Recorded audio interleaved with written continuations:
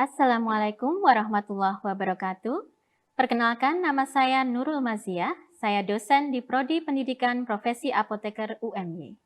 Selamat datang dalam kuliah online saya untuk mata kuliah Spesialit Obat. Pada kesempatan kali ini, saya akan melanjutkan materi mengenai obat-obat kardiovaskuler atau obat-obat yang berpengaruh pada sistem jantung dan pembuluh darah. Pada video kali ini, saya akan menjelaskan mengenai golongan obat yang berefek pada aliran darah dalam pembuluh darah, yaitu golongan antikoagulan, antiplatelet, dan juga trombolitik.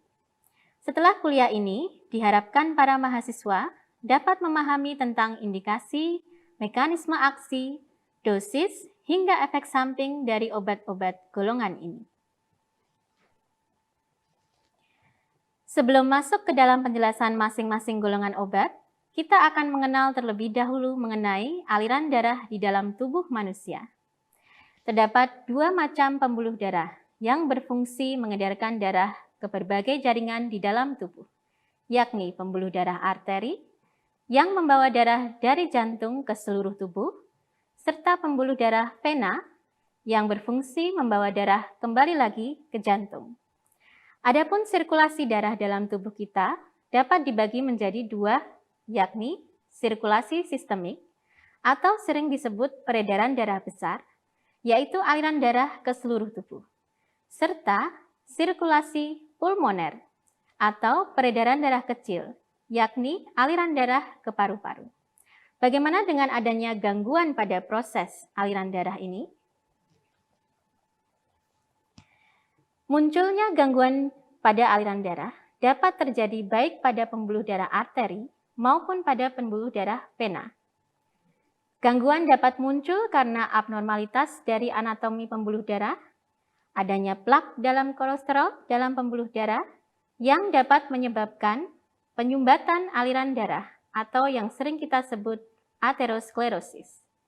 Penyumbatan dapat juga diakibatkan oleh gumpalan atau clotting darah yang membentuk trombus. Penyumbatan yang terjadi di dalam pembuluh darah dapat berakibat terjadinya berbagai macam penyakit seperti stroke, penyakit jantung iskemik, venous thromboembolism, dan sebagainya. Berikut adalah 3 golongan obat yang dapat diberikan untuk mencegah serta mengatasi clotting darah. Golongan pertama adalah antikoagulan yang berperan dalam mencegah koagulasi atau penggumpalan darah. Golongan yang kedua adalah antiplatelet yang memiliki fungsi dalam mencegah agregasi platelet. Dan yang ketiga adalah obat golongan trombolitik atau fibrinolitik yang umumnya digunakan pada kondisi penyumbatan akut baik pada kejadian stroke iskemik maupun penyakit jantung iskemik. Golongan pertama yang akan kita bahas adalah obat golongan antikoagulan. Obat golongan ini bekerja dengan cara memodifikasi proses atau kaskade clotting darah yang terdiri dari beberapa tahapan faktor. Antikoagulan merupakan obat yang diindikasikan untuk penyakit stroke kardioemboli, gangguan jantung seperti penyakit jantung iskemik, serta venous thromboembolism. Obat golongan ini terdiri dari 4 kelas terapi, yakni heparin dan LMWH atau low molecular weight heparin, warfarin, direct thrombin inhibitor seperti obat dabigatran, dan selective factor 10A inhibitor seperti obat fondaparinux. Pada slide ini kita bisa melihat proses atau kaskade clotting atau penggumpalan darah yang terdiri dari jalur intrinsik dan juga jalur ekstrinsik. Masing-masing kelas terapi dalam golongan antikoagulan memiliki target aksi yang berbeda-beda dalam tahapan koagulasi darah ini. Warfarin misalnya dapat menghambat pada faktor 2A, 7A, 9A, dan 10A. Heparin dapat menghambat pada faktor 2A dan juga 10A. Direct thrombin inhibitor seperti dabigatran dapat menghambat proses pada 2A, sedangkan kelas terapi selektif faktor 10A inhibitor seperti fondaparinux dan rivaroxaban dapat menghambat khusus pada faktor 10A. Penghambatan pada faktor-faktor inilah yang kemudian mencegah terbentuknya clot dari fibrin sehingga sumbatan karena koagulasi darah dapat dicegah atau diatasi. Golongan kedua yang kita bahas di sini adalah golongan antiplatelet. Golongan ini bekerja dengan menghambat proses agregasi atau bisa kita sebut penyatuan dari platelet. Agregasi platelet merupakan salah satu proses yang umumnya mendahului proses koagulasi darah, di mana platelet akan saling menyatu, membentuk suatu agregat yang kemudian akan dilingkupi benang-benang fibrin. Antiplatelet diindikasikan pada pasien-pasien dengan kondisi stroke iskemik dan juga akut coronary syndrome. Adapun target aksi antiplatelet dibagi menjadi 3 tempat, yakni penghambatan aktivitas enzim siklooksigenase untuk penghambatan pembentukan prostaglandin dan tromboksan.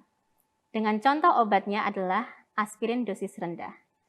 Kemudian antagonis reseptor ADP seperti clopidogrel dan juga ticlopidin yang mencegah aktivasi platelet, serta inhibitor glikoprotein 2B3A seperti tirofiban yang bekerja dengan menghambat terbentuknya jembatan fibrinogen antar platelet. Golongan terakhir yang akan kita bahas di sini adalah golongan trombolitik, atau ada juga yang mengistilahkan dengan fibrinolitik. Sesuai namanya, trombo artinya trombus dan litik artinya lisis atau menghancurkan. Golongan ini bekerja dengan cara mengaktifkan plasminogen menjadi plasmin. Plasmin merupakan suatu enzim yang memiliki efek dapat mendegradasi fibrin yang membentuk klot darah atau trombus, sehingga aliran darah dapat lancar kembali. Pemberian trombolitik biasanya diindikasikan pada pasien stroke iskemik akut dan infark miokard akut yang masih berada pada golden periodnya atau waktu terbaik agar trombolitik dapat berefek maksimal. Contoh obat yang termasuk dalam golongan ini adalah alteplase dan juga streptokinase. Setelah kita membahas tentang 3 golongan obat tadi, selanjutnya kita juga perlu mengetahui pertimbangan apa saja yang perlu kita perhatikan saat memberikan obat-obat tersebut. Yang pertama adalah pemberian harus sesuai dengan jenis trombusnya. Apakah masih berupa trombus yang baru terbentuk sehingga masih dapat diberikan trombolitik atau sebaliknya? Yang kedua adalah perhatikan kontraindikasi dan juga efek samping dari pemberian obat-obat golongan ini. Efek yang perlu diperhatikan adalah pendarahan. Dapat berupa gusi berdarah hingga pendarahan berat seperti hematemesis melena. Pasien juga perlu dicek sebelumnya apakah ada kondisi pendarahan yang sedang atau pernah dialami, sehingga menjadi pertimbangan khusus. Oleh karena itu, penting dilakukan monitoring terhadap resiko pendarahan ini, antara lain dengan pemeriksaan INR, PTT, ataupun APTT. Demikian telah kita bahas tentang 3 golongan obat yang berperan dalam perbaikan aliran darah pada kondisi penyumbatan karena trombus, yakni obat antikoagulan, golongan antiplatelet, dan juga golongan trombolitik. Persamaan dari ketiga golongan ini selain perannya dalam melancarkan aliran darah, juga terkait efek samping yang perlu diperhatikan, yakni resiko perdarahan. Pemilihan obat yang sesuai dan monitoring yang baik dan berkala menjadi kunci dalam kesuksesan terapi dengan obat-obat golongan ini. Semoga video ini dapat memberi pemahaman yang baik mengenai ketiga golongan obat yang sering digunakan dalam kasus-kasus kardiovaskuler. Terima kasih atas perhatiannya. Wassalamualaikum warahmatullahi wabarakatuh.